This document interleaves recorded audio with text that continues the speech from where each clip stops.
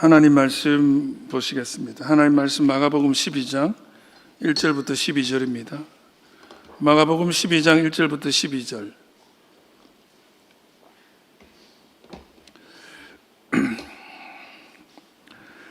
한 절씩 교독하겠습니다. 예수께서 비유로 그들에게 말씀하시되 한 사람이 포도원을 만들어 산 울타리로 두르고 즙지 않은 틀을 만들고 망대를 지어서 농부들에게 서로 새로 주고 타국에 갔더니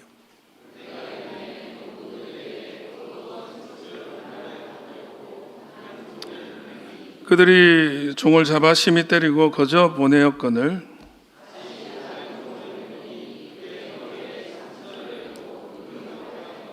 또 다른 종을 보내니 그들이 그를 죽이고 또 그 외 많은 종들도 더러는 때리고 더러는 죽인지라.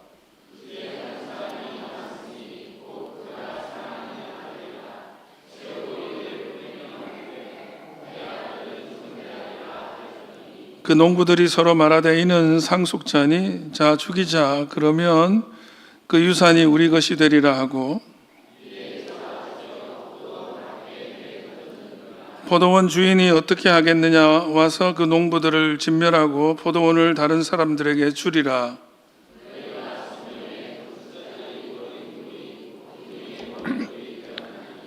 이것은 주로 말미암아 된 것이요 우리 눈에 놀랍도다 함을 읽어보지도 못하였느냐 하시니라.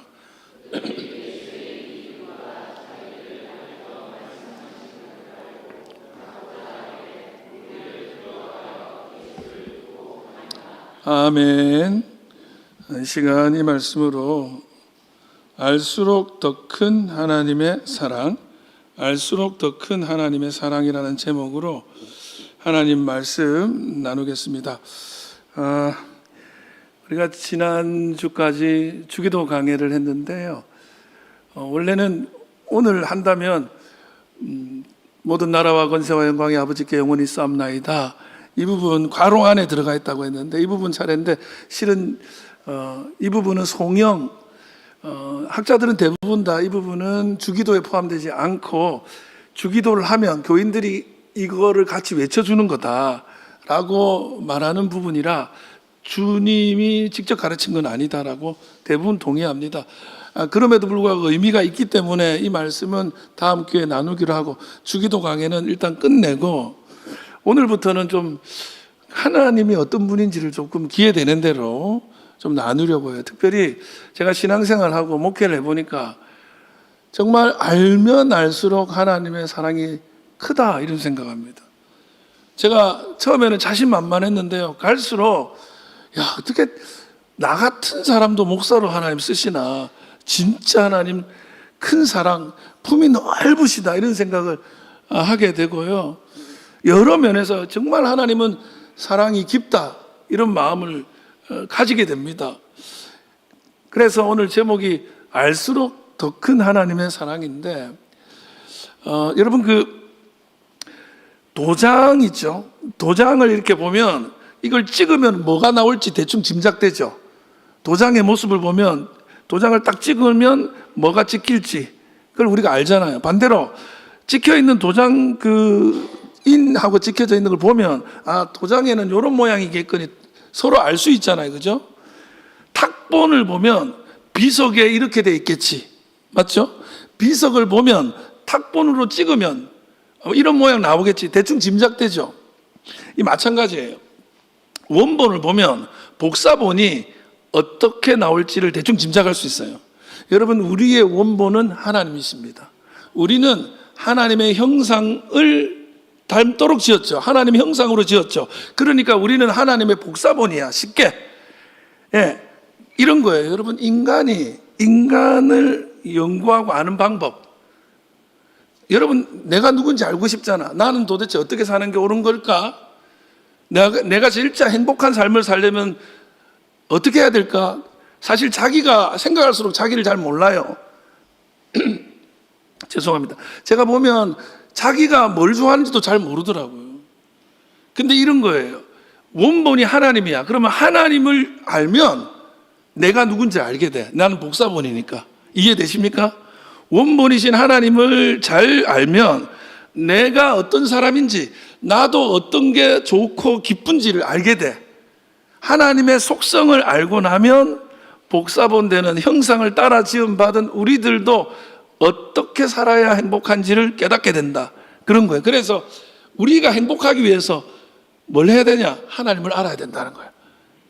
여러분, 그 호세아 6장 3절에 상반절에 유명한 말씀 나와요. 그러므로 우리가 여호와를 알자, 힘써 여호와를 알자. 왜? 내가 행복하고 싶고, 내가 잘 살고 싶고, 내가 진짜 의미 있는 인생이 되고 싶은데 어떻게 하면 될까? 하나님을 힘써 알으라는 거예요. 그러면 네 삶이 어떤 삶이어야 될지를 알게 된다는 거예요. 여기 힘써라는 말의 히브리어가 라다프라는 말이거든요. 이 말은 약간 오늘날 쓰면 조금 그 스토커들에 해당해. 막 내가 지금 따라다니는 그의 모든 걸 알려고 하고 막 어디 가든지 따라다니는 거야. 사생팬이라고 있죠. 자기가 좋아하는 연예인을 끝까지 따라다니는 그런 거야. 그래서 추적하다, 괴롭히다는 것도 돼. 박해하다, 늘 옆에 와가 귀찮게 하는 거야. 이게 라다프예요.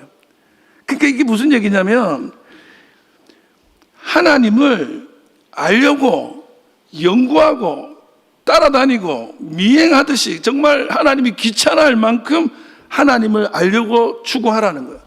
자꾸 물어보는 거야. 애가 조금 자라면서 말이 트면 계속 뭐 물어보잖아요. 그러면 귀찮잖아. 나 몰라, 엄마한테 물어봐. 근데 그 정도로 계속 물어보는 거야. 알려고 하는 거야. 그게 라다프야. 왜 이렇게 해야 되냐? 하나님을 알수록 나를 알게 돼요. 하나님의 형상을 닮은 나를 발견하게 돼. 그러면 이렇게 살아야 되네. 내가 행복하려면 이렇게 살아야 행복해지겠네. 이렇게 선택해야 되겠네. 그거를 명확하게 되는 거예요. 그래서 제가 하나님을 알면 통찰력이 생겨요. 분별력이 생겨요. 내가 무슨 삶을 살아야 될지, 뭘 선택해야 될지. 오늘 그런 의미로 우리가 하나님을 좀 알아가는 시간을 계속 나눌 텐데, 오늘 우리 읽은 본문 있죠. 유명한 비유인데 흔히 오늘 성경의 마가복음 12장의 제목에서 포도원 농부 비유 이렇게 써놨을 텐데, 일반적으로는 악한 농부의 비유예요. 악한 농부의 비유. 예수님이 비유를 들어서 설명하는 거잖아요. 근데 이때 상황이 뭐냐? 11장에서 예수님께서 성전을 정화하셔. 성전을 정화한 다음에 그 다음에 막 내 집은 만민이 기도하는 집이다 막 이런 얘기를 하고 나니까 바리새인들, 대제사장들, 서기관들이 속이 상해가지고 예수님하고 찾아와가지고 죽이려고 하면서 논쟁을 해요. 네가 도대체 뭔데, 무슨 권리로 이런 일을 하냐? 이런 대화를 하는 중에 예수님이 이 비유를 말해. 악한 농부의 비유. 그런 거예요. 어떤 주인이 포도원을 만들어서 전세 놓고 세를 놓고 외국에 갔어. 근데 세를 좀 받으려고 하인을 보내니까 하인을 막 때리고 죽이고 그러는 거야, 계속. 마지막에는 상속자 아들을 보냈더니 그 아들도 죽여버린 거야. 그 비유예요. 그 비유인데, 이 이야기는요, 당시 사람들에게는 들으면 바로 이해되는 이야기예요. 왜 그러냐면, 예루살렘이라는 나라, 도시, 이스라엘 나라에 토지 소유권을 누가 많이 가지고 있냐면, 우리 여러분 해운대, 부산 해운대 가면 그 해운대에 좋은 큰 빌딩들 있죠. 그 소유주가 거의 서울 사람들이 많아요. 부산 땅의 주인이 부산 사람이 아니고 서울 사람이 많아. 뭐 어디 제주도 가면 중국 사람이 소유한 땅도 많다며. 뭐 그런 거 있죠. 이때 뭐냐면 이 예루살렘이 타지에 사는 유대인들이 많이 땅을 소유하고 있어서 땅 장사가 좀 될 것 같아서. 그뿐이 아니고 이때가 로마 시대잖아요. 우리로 치면 일제시대야. 로마 사람들이 아무래도 예루살렘에 돈이 될 것 같아서 땅을 많이 소유하고 있었어요. 그러니까 예루살렘 땅은 거의 예루살렘 동네 사람들 땅이 아니라 타지 사람들 땅이 많았어. 무슨 말인지 이해되죠? 그런데 주인이 오랫동안 자기가 주인이라고 안 나타나니까 문제가 많이 생기는 거야. 예, 그런 거 있죠, 여러분. 내 땅인데 오래 관리 안 하면 거기다가 누가 하우스 지어가지고, 우리 교회도 막 농사 짓고 막 그래가지고 마치 자기 땅인 것처럼 하잖아요. 제가 속상할 때 많아요, 우리 교회. 우리 교회가 지금 이 동네에 너무 오래 있어가지고 동네 사람들은 이 교회가 자기들 동네야. 그래가지고 교회 예배당에 이 교회 마당으로 지나면 담배를 피는 거야. 이게 아니 여기 교회라고 왜 이러시냐고. 아니 이거 길이지 이게 어디 교회냐는 거야. 문 닫아. 내 진짜 여기 교회인데 교회 마당인데 자기들은 길이래. 세상에 어떤 분들은 우리 교회 하단에다가 담배를 피고는 거기다 버려 하단에. 그래서 이거 버리지 말랬더니 당신이 누군데 이런 말을 하냐. 내가 항마 니는 누군데 하려다가 내가 여기 목사인데 이러시면 안 되잖아. 몇 번 얘기했는데 화를 내더라고. 어느 날 우리 교회 주차장에 우리 교회 땅에다가 우리 교회 차를 주차했더니 차 빼래. 그 우리 교회 땅이라고 했더니 그래도 되면 안 된대. 그런 일이 생겨. 근데 이때 이게 심했어요. 문제가 많았어요. 그러니까 이 얘가 늘 있는 일을 지금 예수님이 얘기해 주는 거예요. 이해되시죠? 이 정도 되면. 그래서 12절 읽어보겠습니다. 시작. 그들이 예수의 이 비유가 자기들을 가르쳐 말씀하심인 줄 알고 잡고자 하되 무리를 두려워하여 예수를 두고 가니라. 이 비유를 듣자마자 자기들한테 자기들 예를 들어서 하는 거라는 걸 알았다는 거예요. 여기 알다란 말이 기네스코라는 헬라어인데 원어에는 에그노산 이렇게 돼 있거든요. 이게 무슨 뜻이냐면 듣자마자라는 뜻이야. 듣자마자. 그리고 여기 함께 있던 그들이야. 그들이 동시에 전부 다가 듣자마자 바로 이해했어. 제가 설교를 이렇게 하기를 사모합니다. 제가 설교하자마자 여기 앉아 계신 분들이 동시에 무슨 말 하는지 이해되기를 주여. 오늘도 그렇게 되기를 주의를 축원합니다. 근데 그렇게 애쓰는데 보면 동태 눈가리들이 너무 많아. 뭔 말 하는지 모르고. 이 하나님의 예수님의 은사야. 딱 말하니까 바로 그냥 알아들었잖아. 와, 너무 역시 예수님은 다르다. 예? 어쨌든 이 얘기를 딱 하는 순간에 자기들이요 11장에서 그 스토리가 있거든요. 예수님이 죽이려고 해. 근데 그냥 안 죽여도 완전 망하게 해서 죽이고 싶은 거야. 예? 그런 모략을 꾸미고 있는데 예수님이 그걸 이미 알고 이 얘기를 쫙 하는 거야. 그러니까 들켰다 싶은 거야. 그래서 12절 다시 보여주세요. 들켰어. 우리가 뭔 짓을 하려는지 알고 있네 하면서 이 비유가 자기들 가르쳐 말씀하심인 줄 알고 그 다음 잡고자 하대. 근데 옆에 사람들이 많아. 지금은 말자 하고 떠나는 거야. 야, 들켰다. 이거 시간 많지 않다. 이 사람이 이미 우리가 자기를 죽이려고 하는 걸 눈치챘어. 빨리 하자. 근데 지금 보는 눈이 많으니까 따로 모여서 하자. 이렇게 되는 스토리야. 이 이야기가요. 그래서 이 스토리를 보면 예수님의 대적자들에 대한 폭로, 예수님이 알고 있다는 이야기, 그들이 무슨 짓을 하고 있는지를 말해주고 있는 본문인데 너무 놀랍게도 이 본문을 보면 하나님이 어떤 분인지도 보여요. 지금 당시의 대제사장이나 서기관들이 무슨 악한 짓을 하고 있는지를 보여주고 있지만 동시에 하나님이 얼마나 좋은 분인지 또 보여줘. 저는 여기서 오늘 하나님을 발견하기를 주의 이름으로 축원합니다. 근데 오늘 딱 두 가지, 이 하나님의 형상을 우리 배우는데 그 형상을 배우는 이유는 내가 그런 존재가 돼야 된다는 뜻이에요. 우린 복사본이니까. 그렇게 살아야 행복해. 첫 번째는 뭐냐면 하나님은 넉넉하게 베풀어 주시는 분이에요. 뭐라고? 넉넉히 베풀어 주시는 분.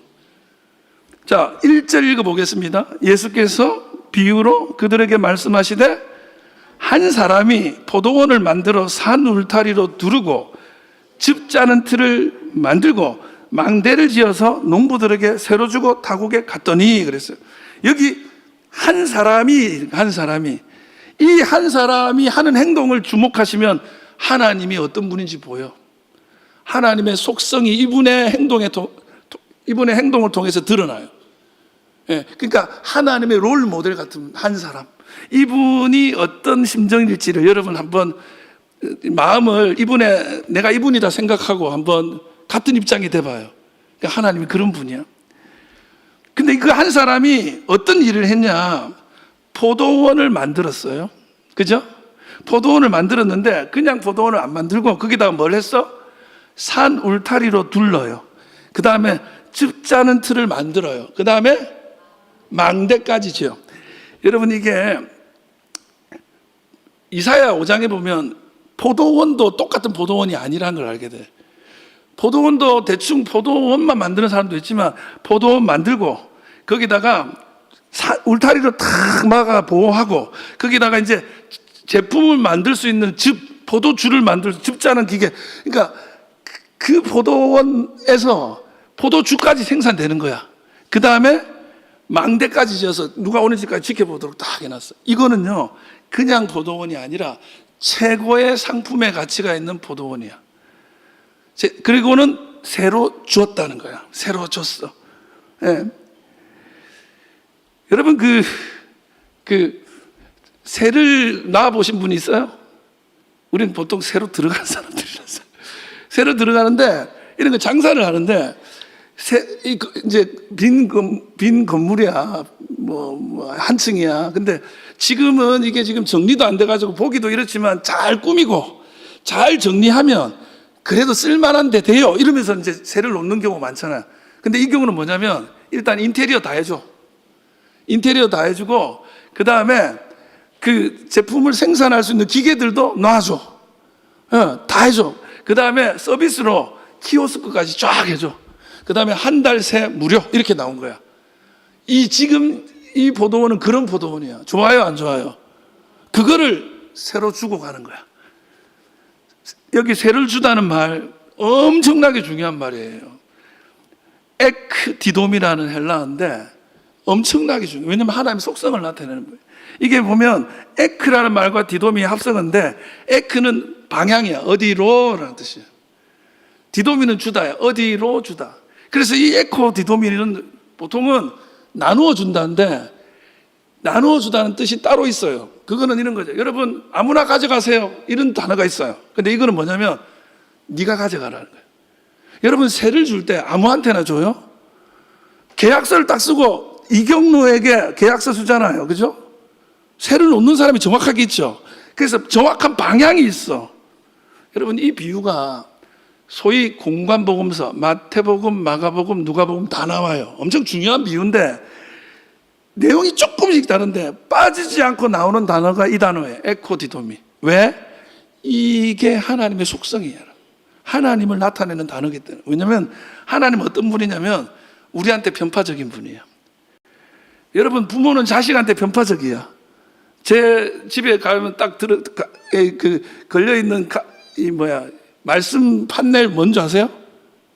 하나님은 내 편이시라. 저 맨날 그거 보고 다닙니다. 여러분 편 아니야. 내 편이야. 이러면서. 하나님은 편파적으로 나를 사랑한다고 생각해. 하나님이 어떤 분이냐면 이렇게 잘 만들어가지고 여러분한테 주신 거야. 하나님이 이렇게 잘 만들어가지고 저한테 주신 거야. 이걸 생각하면 얼마나 고마운지 몰라요. 그냥 줘도 감지덕지인데 완벽한 상품을 만들고 거기다 서비스를 더해가지고 완성품을 우리에게 주시는 분이 하나님이다. 방향성을 가지고 있다는 거예요. 여러분 제대로 만든 참으로 아름다운 포도원을 그냥 나한테 맡기신 거야. 우리가 맡은 자라는 말을 우리는 교회에서 청지기라 그러죠. 청지기. 우리 맡은 거야. 근데 이 포도원이요, 성경에 나오는 포도원은 신학적으로 많은 의미가 있어요. 그래서 구약에 보면 포도나무, 포도원 하는 거는 이스라엘 열매를 기대하는 하나님을 나타내고 이스라엘의 모습을 나타낸다 이러거든요. 근데 여기서는 그런 의미 없어요. 그게 아니라 하나를 강조해요. 하나님이 포도원을 완벽하게 만들어서 맡겨주셨다. 할렐루야. 이게 핵심이에요. 야고보서 1장 17절 한번 읽어볼게요. 앞부분만 시작. 온갖 좋은 은사와 온전한 선물이 다 위로부터 빛들의 아버지께로부터 내려오나니. 위로부터 온갖 좋은 것. 빛들의 아버지가 누구예요? 하나님이죠. 하나님으로부터 여러분에게 다 내려온 거예요. 여기 지금 누리고 있는 이 모든 게 그냥 있는 게 아니고 하나님이 여러분에게 주신 거예요. 아멘이십니까? 천지 창조 생각해 보세요. 하나님이 6일 동안 천지를 창조하시는데 세상에 얼마나 완벽하게 준비하시는지 몰라요. 우리가 아이를 임신한 엄마 아빠가 아이가 태어나지도 않았는데 태어날 아이를 위해서 뭐 준비해요? 아이 방을 다 준비해가지고 거기다가 그걸 뭐라 그래? 아이 두는 거 요람, 너무 좋잖아요. 우리 집에 하나만 더 있으면 그거 넣고 옷도 아직 입지도 못한 옷도 다 준비해놓고 모빌 있죠, 모빌 소라가 달아놓고 막 벽지를 꾸며놓고 완벽하게 준비해놓잖아요. 태어나기 전에. 그 애가 태어나는 순간 이거를 그냥 선물로 받는 거야. 사람을 하나님이 지으실 때 어떻게 했어요? 천지를 6일 동안 창조하시고 다 진수성찬 차려놓고 마지막에 딱 지으신 거야. 할렐루야. 그거 다 누리게. 저는요 한 번씩 생각하면서 만약에 하나님이 아직 동물을 안 만든 상태로 사람을 지었으면 얼마나 우울했을까. 제가 생선 못 먹잖아요. 생선 못 먹으니까 먹을 수 있는 게 풀밖에 없는데 동물이 없으면 얼마나 안타까워. 근데 놀랍게도 하나님은 돼지고기, 소고기도 먹을 수 있도록 다 세상에 비건족 있죠, 비건족. 고기 안 먹는 사람들. 그런 분들 먹을 수 풀도 쫙, 회 좋아하시는 분들 회를 쫙 생각할수록 너무 할렐루야예요. 아멘이십니까? 저기 이슬람권에 가면 돼지고기 못 드시는 거 알죠? 여기 태어난 게 얼마나 감사한지. 하나님 할렐루야, 너무 고마워요. 오늘 저녁에 또 돼지고기 삼겹살 생각할수록 좋잖아. 에덴 동산 생각해 보세요. 에덴 동산에 다 전부 다 누리라는 거예요.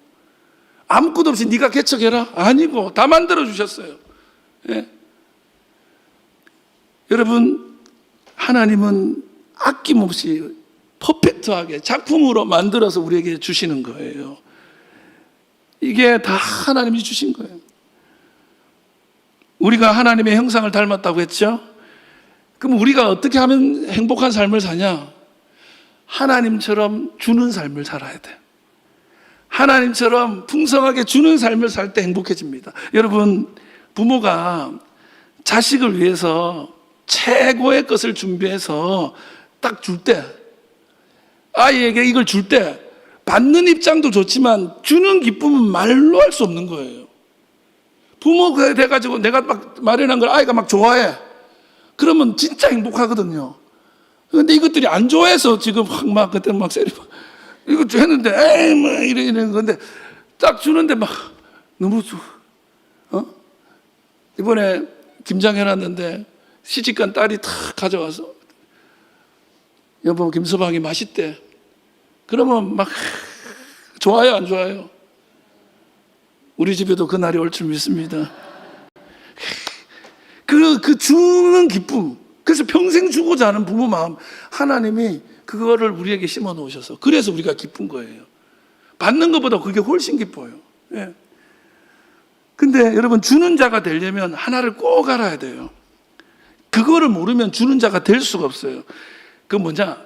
이게 내게 아니고 주인이 따로 있다. 하나님이 주인이다. 그걸 알아야 줄 수 있어요. 2절 읽어볼게요. 시작. 때가 이름에 농부들에게 포도원 소출 얼마를 받으려고 한 종을 보내니. 여러분 보세요. 여기 보면 소출 얼마를 받으려고 한 종을 보내. 때가 돼서. 제가 말씀드렸죠. 시간 지나면 주인 아닌 것들이 주인 행세를 하기 시작해. 그래서 많은 분란이 생기고 문제가 생겨. 우리나라에는 하우스 지어가지고 해가지고 소송 많이 겁니다. 공터에다가 그냥 건축하다가 부지라고 마련해놓고 아무것도 안 하면 어느 날 뭐가 하우스를 지어요. 그래서 그게 뭐 꽃 팔고 이러면서 막 장사해. 그리고 한 10년쯤 지나면 권리 행사합니다. 예. 그래서 어떻게 하냐. 때가 되면 이런 일이 하도 많으니까 로마 사람들이나 이 땅 주인들이 사람을 하나씩 보내가지고 세 달라고 하는 거예요. 세. 때가 되면. 근데 여기서 보면 세 얼마, 그죠? 소출 얼마. 이게 원어적으로 보면 조금이라는 뜻이야. 소출 조금. 왜 조금 받을까요? 가치만큼 받는 게 아니고, 이거는 세를 놓았다고 해서 이걸 가지고 장사하고 돈 부자 되겠다가 아니라 누가 주인인지, 오너십이 누군지 그것만 말하라는 거예요. 네가 이거를 나한테 주면서 그 조금을 통해서 이거 내가 주인이 아니고 당신이 주인입니다 인정하라는 거야. 그 수순인 거예요. 여러분, 청지기가 탈선을 언제부터 시작합니까? 맡은 자가 탈선을 언제부터 해요? 그건 뭐냐면 이게 내 거라고 착각할 때부터 탈선하고 있는 거예요. 여러분, 기차가 가장 자유로울 때가 언제예요? 철로 위에 있을 때예요. 철로가 기차를 속박하는 게 아니에요. 기차는 철로 위에 있을 때 자유를 누리고 달릴 수 있어요. 근데 철로를 벗어나면 어떻게 돼요? 기차는 탈선해요. 사고예요. 자유가 아니라 무너지는 거예요. 7절 읽어보겠습니다. 시작. 그 농부들이 서로 말하되 이는 상속자니 자 죽이자. 그러면 그 유산이 우리 것이 되리라 하고, 자 죽이자. 이때까지 종들을 보냈거든. 구약의 선지자들을 막 보냈거든. 때려 죽이는 거예요. 근데 이번에는 아들을 보냈어. 이 상속자네? 그러면 최후 통첩으로 받아들여야 되는데 이것들이 정신을 못 차리고 이 아들을 죽이면 저거 다 우리께 된다. 탈선한 거죠. 그 죽는 길로 가는 방법이에요. 여러분, 여러분의 남편이 누구 거예요? 여러분의 아내가 누구 거예요? 여러분의 자식이 누구 거예요? 여러분의 시간, 여러분의 물질, 여러분의 인생이 여러분 거예요? 여러분, 만약에 여러분 거면 여러분 마음대로 되게 해요? 여러분 인생이 내 마음같이 되든가요? 저는요, 생각도 내 마음대로 안 되더라고요. 어느 날은 기도하는데 무슨 생각이 하나 들어왔어. 그러니까 기도해야지, 이런 생각하면 안 되지. 계속 이런 생각하면 안 되지. 이런 생각하면 안 되지 생각이 계속 나는 거야. 그럼 그 다음에 이런 생각하면 안 되지 생각을 또 안 해야지. 그러면서 기도는 온데가 안 되고 이상한 생각 막 하는 거. 이거 안 하고 싶은데 계속 남아. 그런 거 없어요? 나 딴 생각 안 해야지 하는데 그 순간부터 딴 생각 시작이야. 꼬리에 꼬리를 물고. 생각도 내 거 아니에요. 사실은 우리가 마음대로 할 수 있는 게 없어요. 시간도 없어요. 예. 자기 게 아니면 생명도 자기 거 아니에요. 우리 교회 예전에 우리 교회 장로님으로 섬겼던 분이 계세요. 김승계 장로님이라는 분인데, 이분이 교회를 섬기다가 어느 날 목회에 대한 비전을 받고 목사가 되신 거예요. 그래 목회 열심히 하셨어요. 근데 최근에 연락이 왔어요.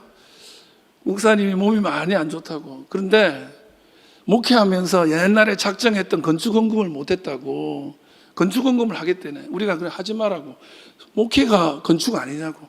그런데 굳이 하겠대. 마음이 너무 불편하대. 그래서 건축헌금 하셨어요. 우리는 당에도 그렇고 우리도 마음이 그래서 신방 한번 가야지 하다가 얼마 전에 지난 주일날 연락했어요. 신방 한번 가야 된다고.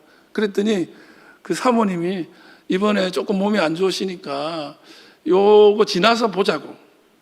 근데 목요일날 전화 왔어요. 돌아가셨다고. 우리는 이게 계획대로 될 것 같거든요. 안 됩니다. 안 돼요. 우리의 것이 아니에요. 그래서 하나님이 때로 어떻게 하냐면 네 것이 아닌 것을 한 번씩 증명하라는 거야.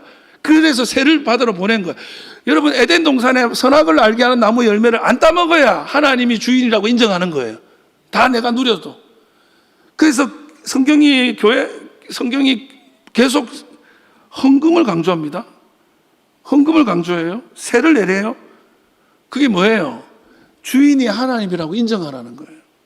여러분, 교회에서 제가 하나님 여러분 사랑하십니다.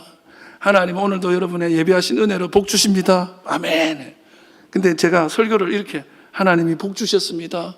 아멘 하다가 그러므로 오늘 우리의 삶을 드립시다.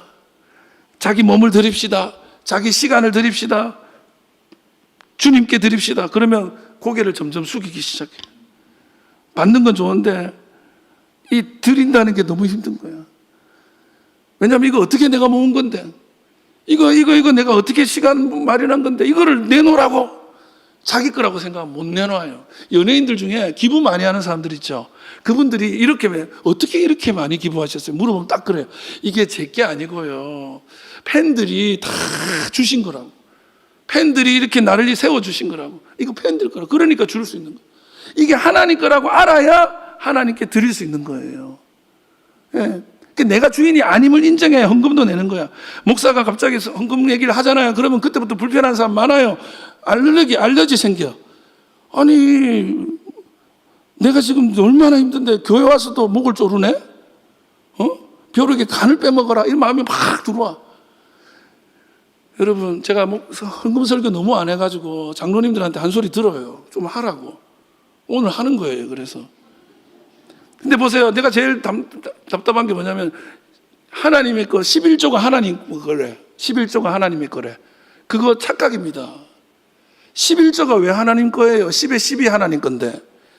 다 하나님 거예요. 근데 그 중에 얼마, 10의 1을 떼가지고 이거 다 하나님 겁니다라고 말하는 거예요. 여러분, 일주일에 하루가 하나님 거예요? 전부가 하나님 거예요. 근데 이 시간을 통해서 하나님 거라고 고백하는 거예요. 새, 얼마, 그걸 통해서 이거 다 주님 겁니다라고 말하는 거란 말입니다. 저는 여러분이 다 하나님 거라고 인정할 수 있기를 바랍니다.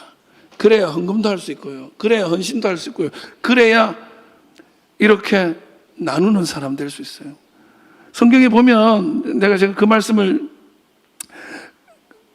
꼭 기억했으면 좋겠는데 주라. 그러면 누르고 흔들어 넘치도록 부어주신다는 거예요. 주는 사람 되십시오. 주는 사람 되기 위해서 오너십이 주인이 하나님이라고 인정하시길 주 여러분 축원합니다. 마지막으로 오늘 두 가지만, 오래 참으시는 분이에요. 여러분, 하나님은요 진짜 오래 참으시는 분이에요. 제가 목회하면서 많이 달라진 게 이거야. 조금 옛날보다 많이 참아. 제가 전에도 얘기했죠. 대학원 다닐 때나 이럴 때는요, 학생들이 저 엄청 날카로운 사람으로, 딱 뭐라 한마디 들어오면 두 마디 바로 날라오는 사람, 예. 안 참는 사람이었어요. 근데 목회하다 보니까 참아. 장유중앙교회에서 참아. 돌을 닦고 있어요. 그래서 도사 됐잖아. 심수염 날 거야 이제. 오래 참는 거. 그게 하나님이 닮아가는 거더라고. 3절부터 5절 읽어볼게요. 시작. 그들이 종을 잡아 심히 때리고 거저 보내었거늘 다시 다른 종을 보내니 그의 머리에 상처를 내고 능욕하였거늘 또 다른 종을 보내니 그들이 그를 죽이고 또 그 외 많은 종들도 더러는 때리고 더러는 죽인지라. 이게 뭐냐면 주인이 세를 받으려 하인을 보냈더니 때리는 거예요. 야, 가! 없어! 그 다음에 오니까 때리다가 이제는 돌을 넘어서 죽여버려. 이게 구약의 선지자들이 하나님 뜻을 전하러 올 때마다 죽이고 고문하고 박해했던 거예요. 근데 이제 참다 보낼 하인이 없으니까 마지막에 누구를 보내? 자기 아들을 보내. 근데 아들 이거 죽이면 우리 거네 이렇게 된 거야. 여러분, 이 얘기를 들으면서 입장받고 그 한 사람이 여러분이에요. 여러분 가만히 있겠습니까? 아니 그냥 간단하게 여러분이 그럴 일도 많이 없지만 집이 새를 놓을 수 있는 건물이 있다 칩시다. 여러분은 주님이 있어. 건물주님인데 새를 하나 놨는데 이 뭐 301호가 자꾸 새를 안 주네? 이달 새 안 들어왔어요. 둘째 달 안 들어왔어요. 어떻게 해요? 한 달만 늦어도 지금 난리 나는데 두 달, 석 달 안 들어오면 어떻게 합니까? 이분들은 뭐 안 내본 적은 있어도 안 받아본 적은 없잖아. 가만 안 있죠. 내 권리인데. 근데 이 자들은 지금 그냥 새도 아니야. 근데 그거를 다 막 때리고 죽이고 박해하더니 결국 아들까지 죽이려고 해요. 저 같으면 군대 보냅니다. 싹 쓸어버려요. 안 그렇겠냐고. 예수님이 그 얘기하는 거예요. 당신들 같으면 그렇게 안 하겠냐고. 근데 하나님은 어떻게 해요? 보내고 참고 또 보내고 참고 아들까지 보낼 정도로 참는 거예요. 왜 이렇게 해요? 하나님이 사랑이기 때문에. 사랑하니까 참는 거예요. 그래서 고린도전서 13장에 사랑장에 사랑의 첫 번째 덕목, 사랑은 언제나 오래 참고요. 사랑은 어디서부터 시작하는 줄 아세요? 참는 것부터 시작하는 거예요. 그래서 사랑하시면 참으셔야 돼요. 내가 안 참잖아요. 그러면 사랑 안 하는 거야. 그냥 한마디 딱 하면 바로 두 마디 해줘야 되는 거면 사랑이 아니야 지금. 성경에 보면요 재밌는 게 많이 나와요. 하나님이 얼마나 오래 참 알수록 더 은혜야. 여러분 성경에서 제일 오래 산 인물이 누구예요? 김수한무, 거북이와 두루미, 삼천갑사, 동박사 하면서 거기 나오는 이름 하나 있죠. 무두셀라. 맞죠? 무두셀라가 몇 년 살았어요? 969년. 969. 와, 얼마나 복 받았으면 969년, 무려 1000년을 살았네? 그럴 수 있잖아요. 그게 아니야. 그런 뜻이 아니에요. 이 무드셀라가 잘해가지고 남보다 오래 살았다는 얘기가 아니야. 무드셀라라는 이름의 뜻을 이렇게 봅니다. 그가 죽으면 뭐라고? 심판이 온다. 무드셀라 이름의 뜻을 그렇게 봐요, 학자들은. 그 왜 그러냐면, 원래 무드셀라라는 이름의 원시적인 뜻은 창 던지는 사람이에요. 창 던지는 사람. 고대 사회 전쟁은요, 어떻게 되냐면 성을 쳐들어와요. 그러면 성에 딱 서서 누가 있냐? 창 던지는 사람들이 딱 있는 거예요. 이 사람들이 죽으면 성은 함락당하는 겁니다. 그래서 창 던지는 사람이 죽으면 우리 성은 심판당하고 멸망하는 거예요. 그래서 무드셀라라는 이름의 뜻은 그가 죽으면 심판이 온다라는 이름의 뜻이에요. 무드셀라가 죽으면 심판이 와요. 노아 홍수가 언제 온지 아세요? 무드셀라가 죽은 해에 와요. 정확하게 계산해보면 그대로 나와요. 그러니까 하나님이 무드셀라를 오래 살려두고 싶어서가 아니라 심판을 미루고 있는 중이야. 무드셀라 1년 더 살아, 1년 더 살아, 아니 10년 더 살아 해서 969년을 기다린 거야. 근데도 안 바뀌니까 심판하는 거죠. 여러분, 하나님은 우리가 이렇게 다 누리고 있는 거, 우리가 다 가지고 있는 거, 이만큼 잘 사는 거 의로워서가 아니고요, 하나님이 참아서예요. 아니, 자식들이 너무 대단히 훌륭해서 부모들이 아이를 양육하는 게 아니에요. 참는 게 얼마나 많은데. 부부간에도 서로 참지 않습니까? 좀 참지. 여러분, 그래서 신앙이 깊어지는 사람의 변화는 뭐냐? 오래 참는 사람 되는 거예요. 제가 신앙생활 해보니까 저한테 변한 게 거의 몇 개 없는데 딱 하나 자신 있게 말한 거. 그래도 옛날보다는 훨씬 더 오래 참더라. 오래 참더라. 여러분, 우리가 하나님의 형상대로 지음 받았다면 우리가 복사본이에요. 그러면 저와 여러분도 참을 수 있는 사람이 될 때 행복해지는 거예요. 안 참잖아요. 무지하게 후회합니다. 무지하게 후회해. 그 다음날 아침에 이불킥이라고 자다가 이불 차요. 아이고, 그거 내가 목사가 돼가지고 장로가 돼가지고 그랬네. 이런 순간 나와. 근데 참잖아. 그래도 목사니까 내가 참았네. 그게 막 기쁨을 줘요.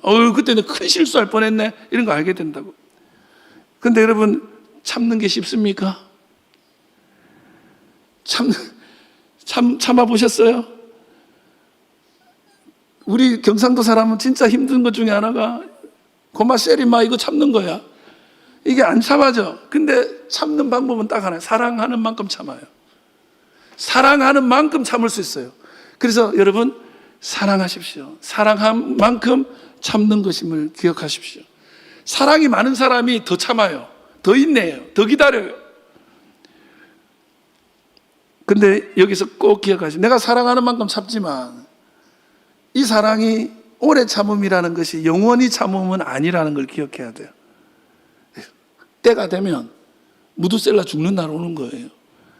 9절 읽어볼게요. 시작. 포도원 주인이 어떻게 하겠느냐? 와서 그 농부들을 진멸하고 포도원을 다른 사람들에게 주고 다 죽이고 그 포도원 더 좋은 사람들에게 줄 거야. 여러분 같으면 안 그렇게 하겠어요? 아니, 내가 완벽하게 만들어서 줘서 잘 좀 이거 하면서 가끔 가다가 주인이 나라고 인정만 해주면 되는데 그걸 안 해. 그러면 그거 계속 그 집에서 해주겠습니까? 아니, 내놔. 딴 사람 많아. 이렇게 딴 사람 안 주겠어요? 여러분, 하나님의 오래 참음이라는 거는요, 따지고 보면 하나님이 우리에게 기회 주시는 거예요. 회개할 기회, 돌아설 기회, 반성할 기회. 때는 오거든요. 그래서 2절 시작할 때 뭐라고 되어 있냐면 때가 참해요. 영원히 있는 게 아니에요. 예, 때가 있어요. 그 순간이 온다고요. 그래서 기회 있을 때 여러분 회개하시고 여러분부터 하나님이 원하시는 삶을 살아갈 수 있기를 주의 이름으로 축원합니다. 자식들이 부모가 참지만 어느 날은 야, 이건 도저히 안 되겠다 한 소리 들으려 올잖아요. 똑같은 거예요. 하나님이 계속 참지만은 않아요. 여러분, 여기서 꼭 기억하십시오. 우리가 하나님의 형상을 닮은 사람이 될 때 행복해진다면 참을 때 행복해질 수 있어요. 저도요, 여러분들이 저를 좀 참아주셔야 돼. 이경로 목사 참 성격은 못 같고 얼굴은 저 모양 저 꼴이라도 나쁜 사람은 아니야. 그렇게 생각하며 참아요. 저도요, 여러분들이 법 같아도 참고 있는 중에 도사되고 있다니까. 이렇게 서로 참으면서 가다 보면 어느 날 그게 이해되고 품어지고 사랑이 생겨요. 서로 사랑하고 서로 참아주고 가다 보면 그게 하나님의 형상을 닮아가는 길이라는 걸 깨닫게 될 줄 믿습니다. 말씀 마치려고 합니다.